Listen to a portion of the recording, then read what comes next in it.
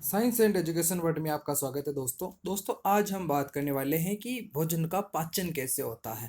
इसके first part में हमने आहार नाल से लेके गुदाद्वार तक सारे अंगों के बारे में पढ़ा था कि भी पाचन तंत्र के ये अंग होते। अब हम पा भोजन के पाचन पे चर्चा करेंगे कि हमारे जो पाचन तंत्र के अंग है, कौन से अंग में कौन से भोजन के अवयव का पाचन होता है और वहाँ पे भोजन क्या कहलाता है।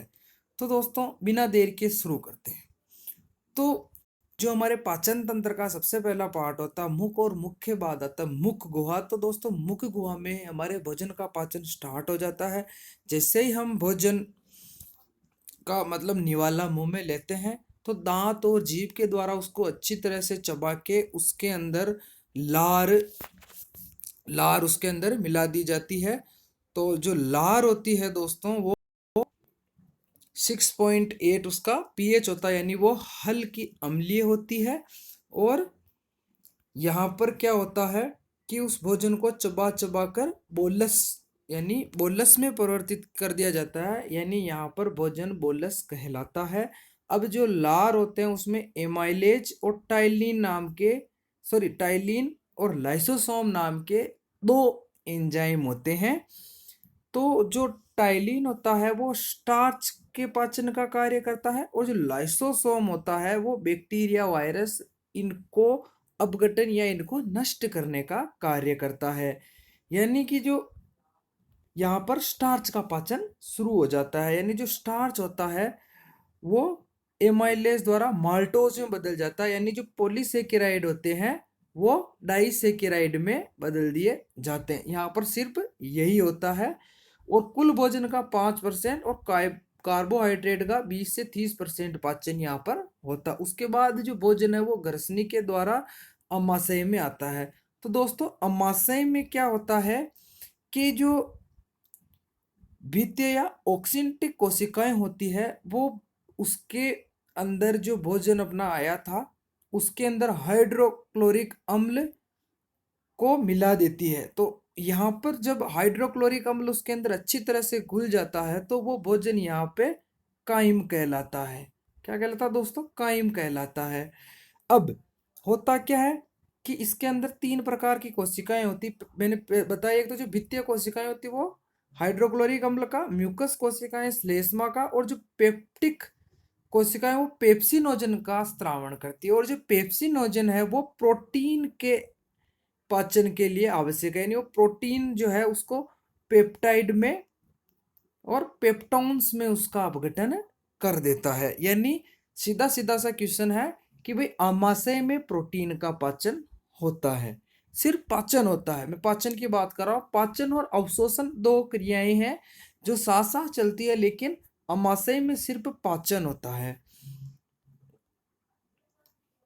अब होगा क्या कि जो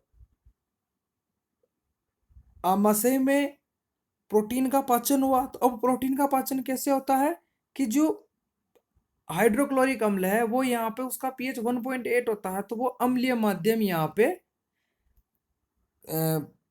बना देता है। तो उस अम्लीय माध्यम में क्या होता है, तो जो वो अपना जो एंजाइम था वो पेप्सिन में परिवर्तित हो जाता है, और पेप्सिन प्रोटीन को प्रोटियोज और पेटोज या पेप्टाइड में बदल देता है। यहाँ पे सिर्फ यही कार्य ही होता है। उसके अलावा दोस्तों जो अपने नवजात शिशु होते हैं उनमें रेनिन नाम का प्रोटीन एंजाइम होता है, जो उनका जो दूध का प्रोटीन होता है, यानी जो नवजात दूध पीते हैं तो जो दूध वाला प्रोटीन है उसका रेनिन नाम का एंजाइम उसका अपघटन करता है। ये आपको याद रखना है। और जो जठर ग्रंथियां होती है उसके अंदर वो लाइपेज का भी स्त्राव करती है, और लाइपेज वसा के अपचयन में आवश्यक है, लेकिन ये सिर्फ यहाँ पर स्त्राव होता है। वो अब वो क्या होता है कि लाइपेज भोजन के जो काइम है उसमें मिल जाएगा। उसके बाद जो भोजन है वो छोटे आंत में प्रवेश करेगा। और दोस्तों जो अपने आहार नाल की जो छोटी आंत है उसका जो डुडेनियम या ग्रहणी भाग है उसमें भोजन का मुख्यतः पाचन होता है। 90% तक पाचन यहीं पर ही होता है। अब यहाँ पर क्या होगा कि जो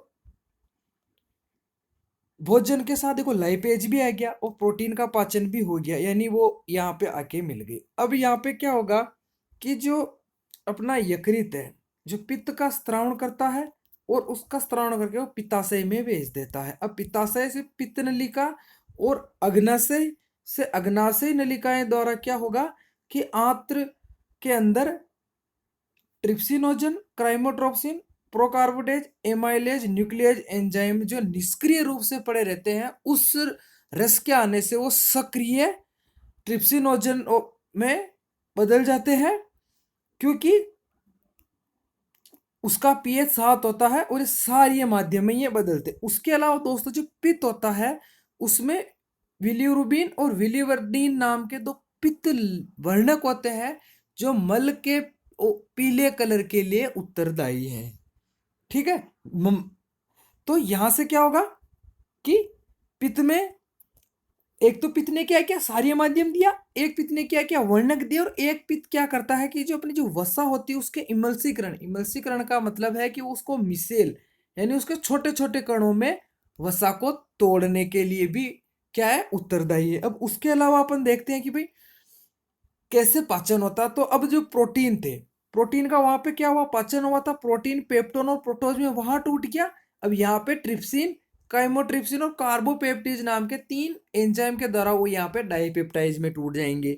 और जो पॉलीसेकेराइड स्टार्च है वो एमाइलेज के द्वारा डाइसेकेराइड वहां भी टूट रहे थे और यहाँ भी टूटेंगे। उसके अलावा जो वसा है वो लाइपेज के द्वारा डाइग्लिसराइड और मोनोग्लिसराइड में बदलेगी। और न्यूक्लिक अम्ल होते हैं ना भाई, जैसे भी अपन मान लो अपन ने भोजन किया तो उसके अंदर डीएनए है, डीएनए तो न्यूक्लिक एसिड है, तो उसका भी तो पाचन होगा, तो वो न्यूक्लियस एंजाइम के द्वारा न्यूक्लियोटाइड में और न्यूक्लियोटाइडेज के द्वारा न्यूक्लियोसाइड्स में बदलेंगे। यानी ऐसे करके यानी भोजन के पाचन का मतलब है कि जो बड़े अणुओं का छोटे अणुओं में टूटना, जिसको उपापचय कहा जाता है। यानी मेटाबॉलिज्म जो शब्द है उसी का ही मतलब पाचन है कि भी जो अपने भोजन किया उसके अंदर जो अपने अवयव है जैसे प्रोटीन, कार्बोहाइड्रेट, वसा, खनिज लवण, इनके बड़े बड़े टुकड़ों को छोटे टुकड़ों के अंदर तोड़ना ताकि उनका अवशोषण हो सके और अपने शरीर को उचित ऊर्जा मिल सके, यही है पाचन। तो इसमें पाचन का जो मुख्यतः अंग है वो छोटी आंत, यानी छोटी आंत में सर्वाधिक पाचन होता है। और जो मैं अवशोषण कह रहा हूँ वो भी सर्वाधिक छोटी आंत में होता है, लेकिन उसका हम थोड़ा नीचे उसके बारे में भी पढ़ेंगे।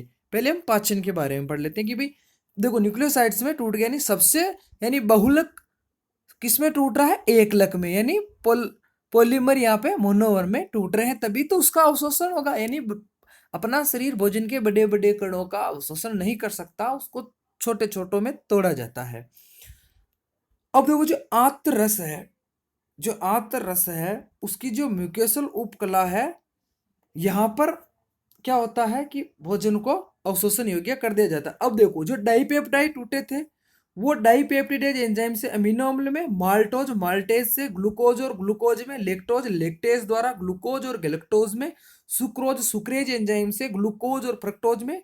ये न्यूक्लियोटाइड था जो न्यूक्लियोटाइडेट से न्यूक्लियोसाइड और न्यूक्लियोसाइडेट से ये न्यूक्लियोसाइडेट्स में टूट जाएंगे। और डाई व मोनोग्लिसराइड जो लाइपेज द्वारा वसी अम्ल और ग्लिसरॉल में टूट जाएंगे, यानी यहाँ पे उनके एकलक बन जाएंगे।